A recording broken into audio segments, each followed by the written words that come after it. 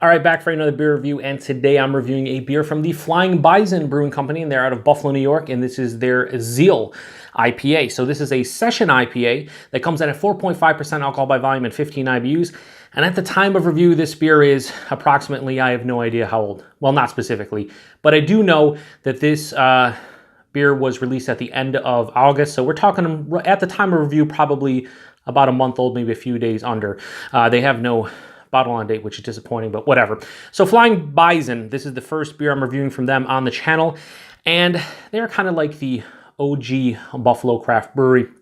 They first opened their doors in 2000. In 2010, they were bought by FX Matt Brewing Company, which a lot of you will know as the Saranac Brewery, and they're still running strong to this day. Craft beer snobs in the Buffalo area, they won't touch Flying Bison products. Flying Bison, it's funny that they were bought by Saranac because they're kind of in that realm where I don't think they make amazing beer, but they don't make shit beer. Their stuff is okay to solid. Some of their offerings I thoroughly enjoy, like their Herc American Barley Wine. Fantastic American barley wine. Their Blackbird Oatmeal Stout is a great representation of the oatmeal stout style.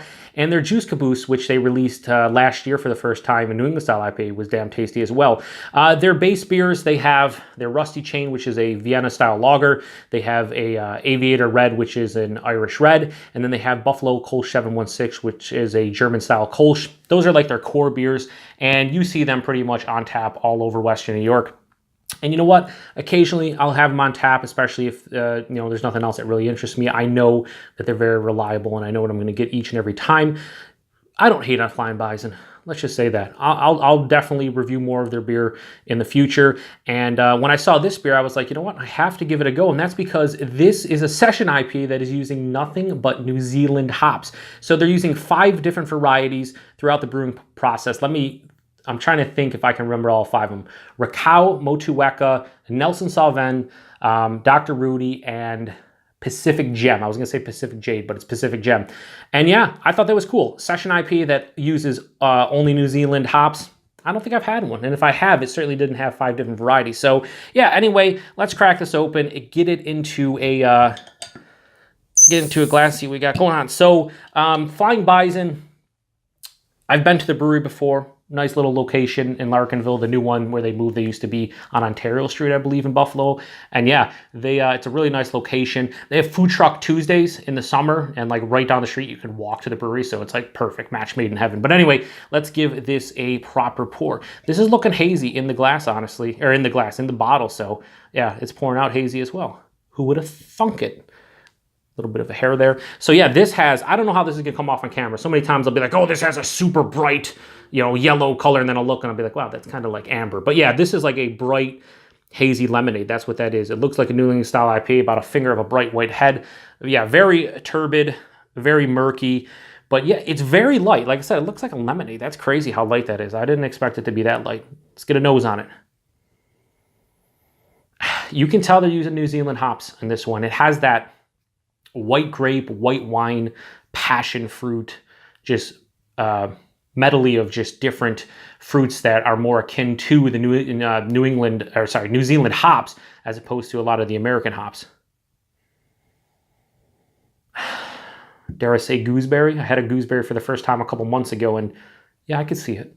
I just don't snack on them on the rag, you know what I mean? Like I don't have bushels of gooseberries ready to go, but since I've had them, I've picked them out a few times in the noses of beer.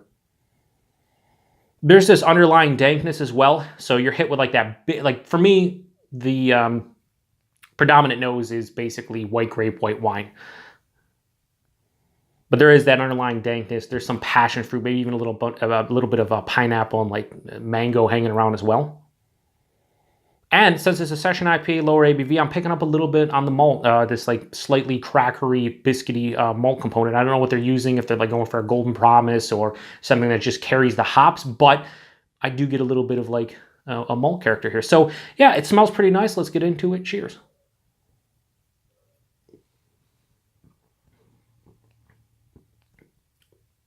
Yeah, it's good.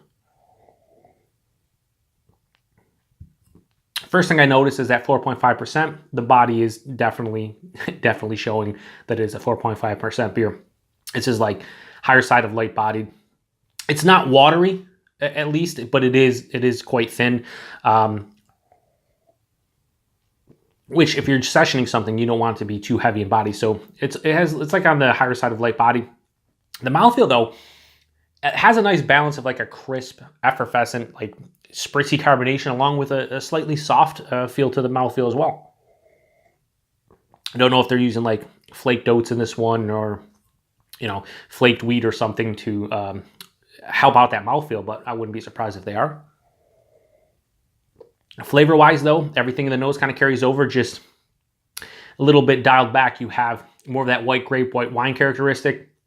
That dank component that was in the nose really isn't here. This is more like a full-on like fruit juice, really fruit-forward component to this one. It's like full-on fruitiness everywhere with not a whole lot going on, except for on the finish. On a finish, there's this slight resiny, almost pine thing going on that kind of cuts the sweetness to this one. This is a very dry beer, though. My entire palate, and certainly on the back of the tongue, is devoid of like any saliva.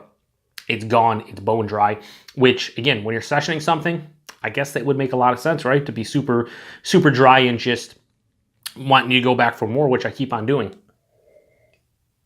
But yeah, white grape, white wine, a little bit of pineapple, a little bit of that gooseberry thing going on. Really no dank to speak about on the back end. A resinous pine finish, pretty full-on dry finish, I would say, to this one as well. Yeah, I mean, what they say they're going for, they kind of hit the nail on the head. For personal enjoyment, though, is this like an amazing beer? No, not really, but you know what? It's pretty good. So I'm going to give Zeal IPA from the Flying Bison Brewing Company, I'm going to give that a very solid 3.75 out of 5. I could see myself buying this again, for sure, especially if I just wanted to drink a couple beers.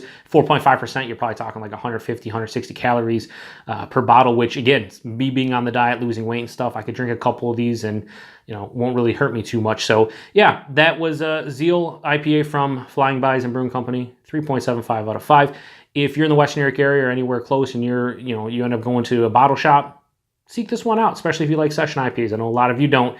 I'm kind of in between. I really like them if they're well made. This one's well made, and when they're not, they're absolute garbage for me. So I'm glad this one was well made because I'm enjoying it. But anyway, that does it for another beer review. Until the next one, cheers.